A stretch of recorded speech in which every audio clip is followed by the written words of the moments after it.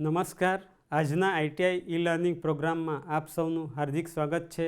ઔદ્યોગિક તાલીમ સંસ્થામાં ચાલતા solar technician trade electrical group અંતર્ગત આજે આપણે changing the angle of inclination as per location and seasonal setting, MMS system or using trackers and solar plants civil works વિશે માહિતી મેળવીશું.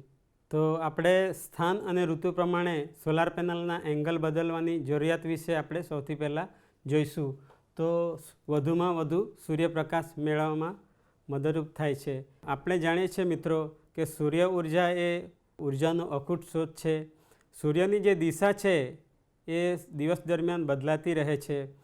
જો સોલાર પેનલનો એંગલ બદલવામાં આવે તો મહત્તમ સૂર્ય પ્રકાશ મેળવી ઉર્જા જે છે એ આપણે મહત્તમ પ્રાપ્ત કરી શકીએ છીએ.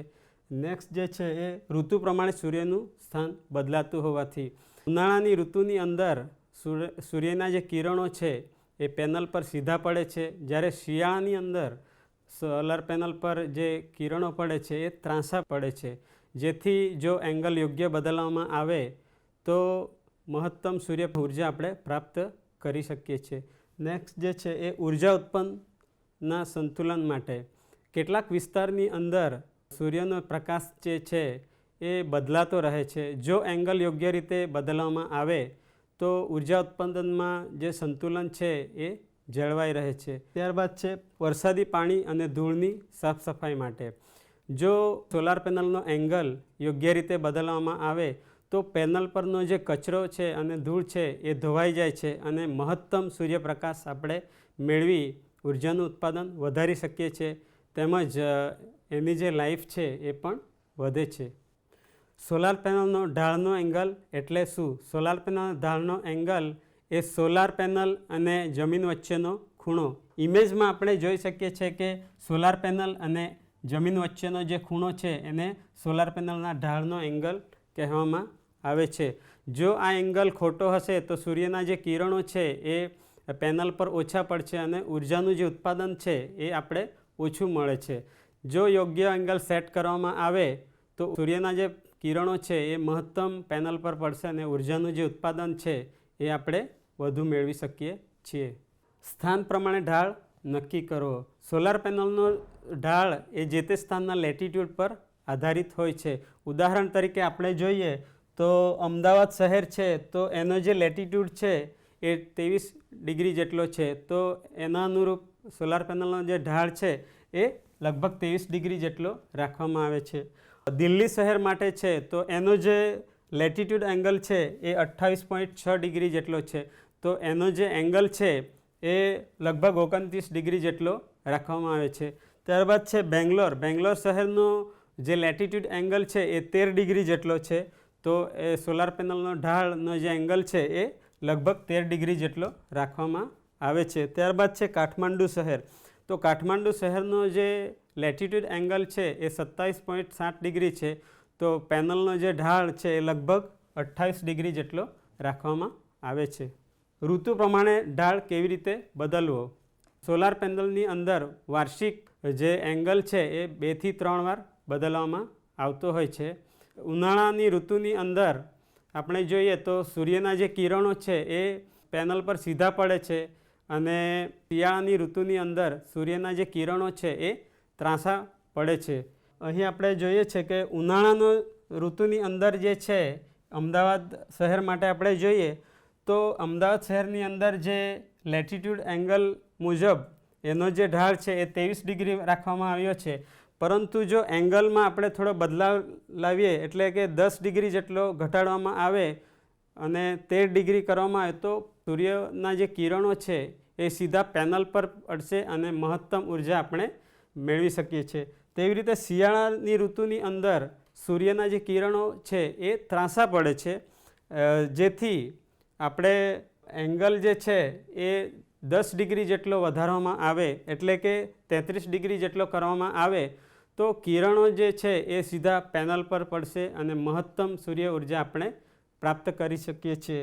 સ્થિર ઢાળ માટે જે તે સ્થાન અનુરૂપ એનો જે લેટિટ્યૂડ એંગલ છે એ મુજબ ઢાળનો જે એંગલ છે એ 23 ડિગ્રી અમદાવાદ શહેર માટે રાખવામાં આવ્યો છે.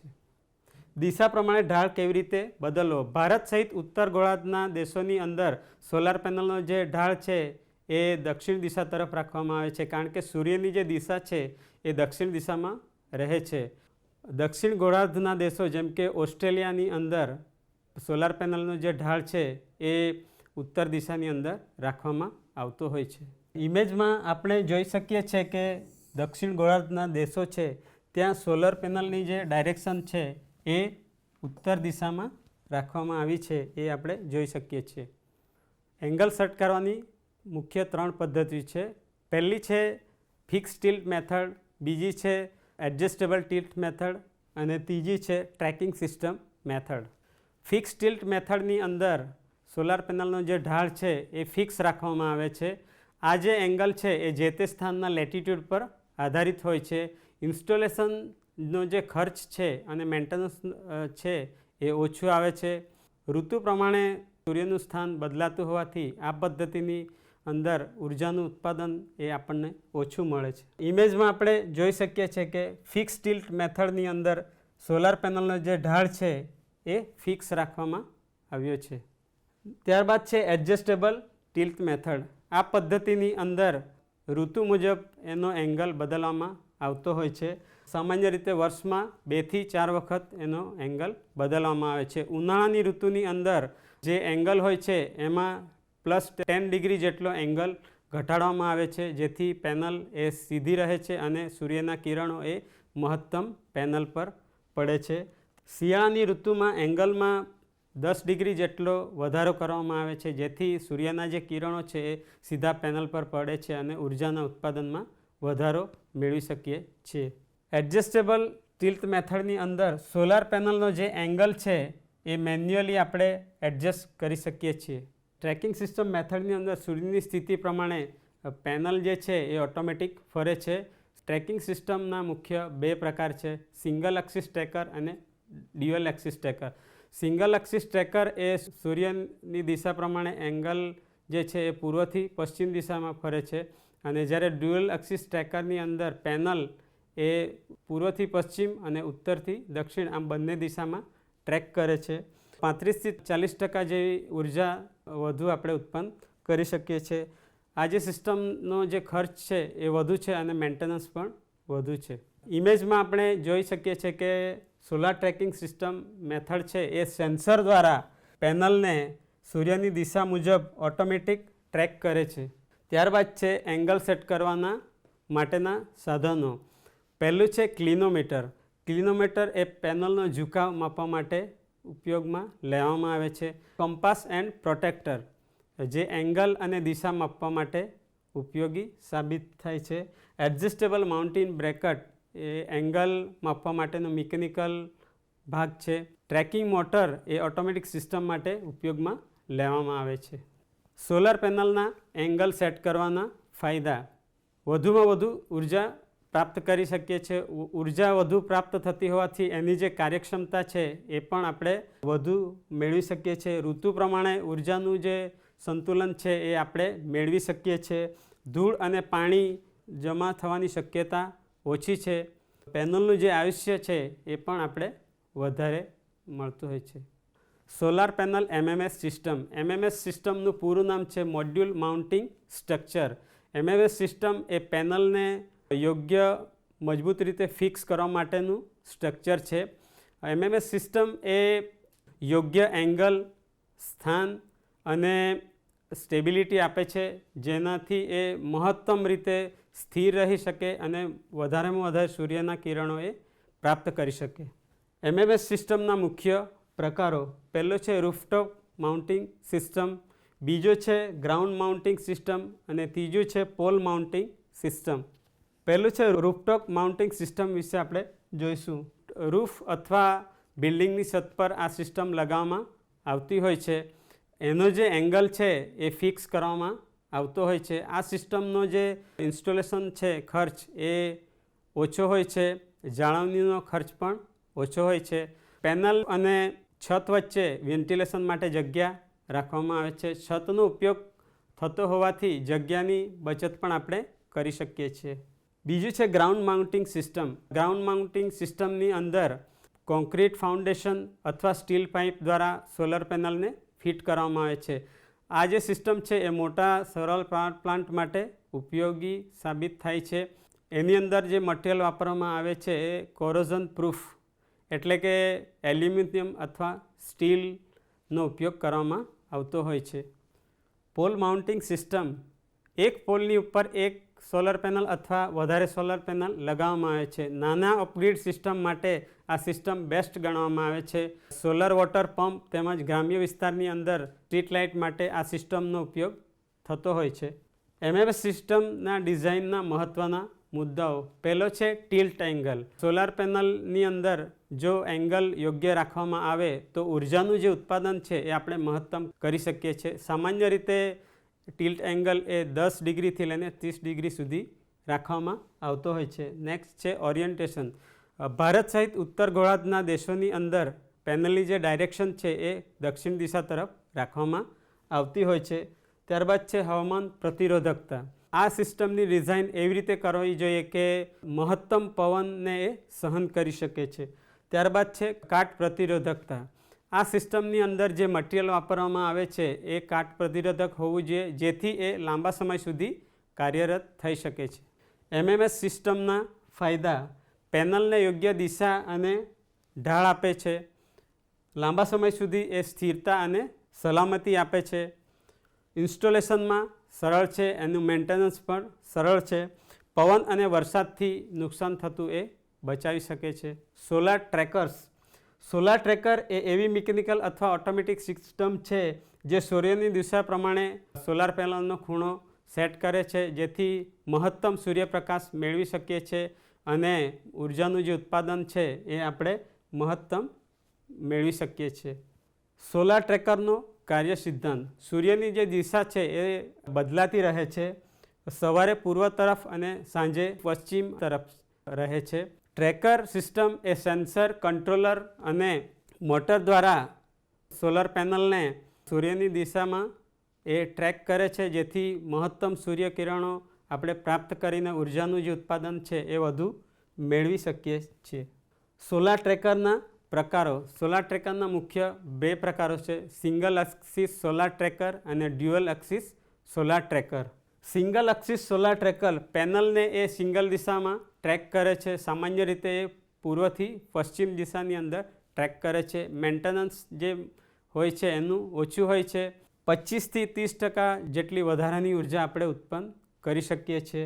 અહીં ઇમેજમાં આપણે જોઈ શકીએ છીએ કે સોલાર જે પેનલ છે એ સિંગલ દિશાની અંદર ટ્રેક કરે છે. ડ્યુઅલ એક્સિસ ટ્રેકર પેનલને બંને દિશામાં એ ટ્રેક કરે છે. પૂર્વથી પશ્ચિમ અને ઉત્તરથી દક્ષિણ આમ બંને દિશામાં પેનલને એ ફેરવે છે. વર્ષભર પેનલને સૂર્યની દિશામાં એ રાખે છે જેથી ઉર્જાનું ઉત્પાદન એ આપણે વધુ મેળવી શકીએ છીએ. 35થી 45% સુધી વધારાની ઉર્જા આપણે પ્રાપ્ત કરી શકીએ છીએ. ડ્યુઅલ એક્સિસ સોલાર ટ્રેકરની અંદર આપણે જોઈ શકીએ છીએ કે પેનલની જે દિશા છે પૂર્વથી પશ્ચિમ અને ઉત્તરથી દક્ષિણ આમ બંને દિશાની અંદર પેનલને એ ફેરવે છે. સોલાર ટ્રેકરના મુખ્ય ભાગો. પહેલો છે સેન્સર. સેન્સર એ સૂર્યની દિશાને સેન્સ કરે છે. કંટ્રોલર સેન્સર દ્વારા માહિતી જે મળે છે એ એના દ્વારા મોટરને એ કમાન્ડ આપે છે. મોટર એ સોલાર પેનલને સૂર્યની દિશાની અંદર યોગ્ય એંગલ એ સેટ કરે છે. માઉન્ટિંગ સ્ટ્રક્ચર જે સોલાર પેનલને સ્થિર રાખવા માટેનું કામ કરે છે. સોલાર ટ્રેકરના ફાયદા. સોલાર ટ્રેકરનો ઉપયોગ કરવામાં આવે તો ઉર્જા ઉત્પાદનમાં આપણે 25થી 45% જેટલો વધારાની ઉર્જા આપણે ઉત્પન્ન કરી શકીએ છીએ. દિવસ દરમિયાન આપણે સૂર્યના જે કિરણો છે એ વધારે આપણે મેળવી શકીએ છીએ. ઋતુ પ્રમાણે ખૂણો જે છે એ ઓટોમેટિક સેટ થાય છે. લાંબા ગાળે વીજ ઉત્પાદન વધવાથી આપણને રિટર્ન પણ વધુ મળે છે. સોલાર ટ્રેકરના ગેરફાયદા. સોલાર ટ્રેકરનો જે ઇન્સ્ટોલેશન ખર્ચ છે એ વધુ છે. મિકેનિકલ પાર્ટ્સ વપરાતા હોવાથી એનું મેન્ટેનન્સ પણ વધુ છે. વરસાદ કે ધૂળવાળા પ્રદેશની અંદર આ સિસ્ટમ ખરાબ થવાની શક્યતા રહેલી છે. પાવર કન્ઝપ્શન એટલે કે મોટરનો ઉપયોગ થતો હોવાથી પાવર કન્ઝપ્શન પણ વધારે છે. સોલાર ટ્રેકરનો ઉપયોગ. મોટા સોલાર પાવર પ્લાન્ટ માટે આ સિસ્ટમનો ઉપયોગ થતો હોય છે. ઔદ્યોગિક ઇન્સ્ટોલેશનમાં તેનો ઉપયોગ થાય છે. જ્યાં ઉચ્ચ કાર્યક્ષમતાની જરૂર હોય તેવી જગ્યાએ આ સિસ્ટમનો ઉપયોગ થતો હોય છે. સોલર ટ્રેકર વિના અને સોલર ટ્રેકર સાથે ઉર્જા ઉત્પાદનનો તફાવત આપણે જોઈશું. આપણે જોઈ શકીએ છીએ કે ફિક્સ માઉન્ટેડ સિસ્ટમ દ્વારા ઉર્જા જે ઉત્પાદન છે એ વધારાની આપણે ઉર્જા ઉત્પાદન કરી શકતા નથી. એનો જે પ્રાથમિક ખર્ચ છે એ ઓછો છે અને મેન્ટેનન્સ પણ ઓછું છે. સિંગલ એક્સિસ ટ્રેકરથી આપણે 25થી 30% જેટલી વધારેની ઉર્જા ઉત્પાદન કરી શકીએ છીએ. પ્રાથમિક ખર્ચ એ મધ્યમ છે અને મેન્ટેનન્સ થોડું વધારે છે. ડ્યુઅલ એક્સિસ ટ્રેકરની મદદથી આપણે ઉર્જાનું જે ઉત્પાદન છે એ 35થી 45% જેટલી વધારેની ઉર્જા ઉત્પાદન કરી શકીએ છીએ. પ્રાથમિક ખર્ચ છે એ વધારે છે અને મેન્ટેનન્સ પણ વધુ છે. સોલાર પ્લાન્ટમાં સિવિલ વર્ક્સ વિશે જોઈશું. સોલાર પ્લાન્ટમાં civil works drilling, ડિગિંગ, mixing concrete works અને ફિનિશિંગ જોઈશું. સૌથી પહેલાં આપણે જોઈશું ડ્રિલિંગ. ફાઉન્ડેશન કાર્ય માટે જમીનની અંદર હોલ બનાવવા માટે ડ્રિલિંગ કરવામાં આવતું હોય છે. 200 mmથી 400 mmના વ્યાસ અને 1 મીટરથી 2.5 મીટર ઊંડાઈનો હોલ બનાવવામાં આવતો હોય છે. આ માટે હાઇડ્રોલિક ઓગર મશીન અથવા મેન્યુઅલ ડ્રીલ રોડ વપરાય છે. ખાડાની ઊંડાઈ એ જમીનની કઠિનતા અને સોલાર પેનલના લોડ પર આધારિત હોય છે.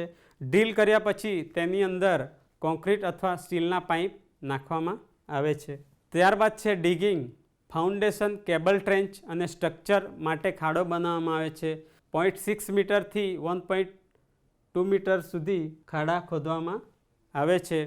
ખાડાની જે દિશા છે એ પેનલના દિશા અને સૂર્યની દિશા પ્રમાણે રાખવામાં આવે છે. આ કાર્ય પૂર્ણ થયા પછી જમીનના સમાન કામ માટે લેવલિંગ કરવામાં આવે છે.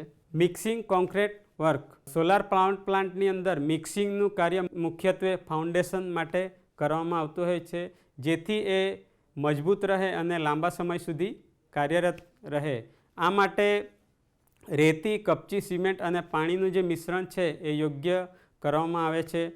વાઇબ્રેટર વડે એની જે મજબૂતાઈ જળવાઈ રહે એના માટે કંપન આપવામાં આવે છે. 7થી 14 દિવસ સુધી પાણીનો છંટકાર કરવામાં આવે છે, જેથી ભેજનું પ્રમાણ જળવાઈ રહે. ત્યારબાદ ફિનિશિંગ. ફિનિશિંગ કાર્યની અંદર ફાઉન્ડેશન અને આસપાસની જે જમીન છે એને લેવલ અને મજબૂતાઈ કરવામાં આવતી હોય છે.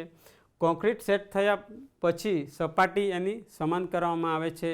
કોઈ ખાડો અથવા કોઈ તિરાડ ન રહે એ સુનિશ્ચિત કરવામાં આવે છે. હવે આપણે MCQ જોઈશું. પહેલો MCQ છે, ભારતમાં સોલાર પેનલ માટે સરેરાશ કયો ઢાળ ખૂણો યોગ્ય ગણાય છે? પહેલો ઓપ્શન છે 5 ડિગ્રી, ઓપ્શન બી છે 15 ડિગ્રી, ઓપ્શન સી છે 25થી 30 ડિગ્રી, ઓપ્શન ડી છે 60 ડિગ્રી. તો એનો જે સાચો જવાબ છે એ 25થી 30 ડિગ્રી છે. સોલાર પેનલનો ઢાળ મુખ્યત્વે શાના પર આધારિત હોય છે? ઓપ્શન એ છે સૂર્યપ્રકાશની દિશા પર, ઓપ્શન બી છે પવનની દિશા પર, ઓપ્શન સી છે વરસાદની દિશા પર, ઓપ્શન ડી છે જમીનની જાત પર. તો સાચો જવાબ છે સૂર્યપ્રકાશની દિશા પર. ત્રીજો ક્વેશ્ચન છે, સોલાર ટ્રેકર શું કાર્ય કરે છે? ઓપ્શન એ છે પેનલને ઠંડક આપે છે, ઓપ્શન બી છે પેનલને સૂર્યની દિશામાં ફેરવે છે, ઓપ્શન સી છે વીજળી સંગ્રહ કરે છે, ઓપ્શન ડી છે પેનલને સાફ કરે છે. તો સાચો જવાબ છે પેનલને સૂર્યની દિશામાં ફેરવે છે.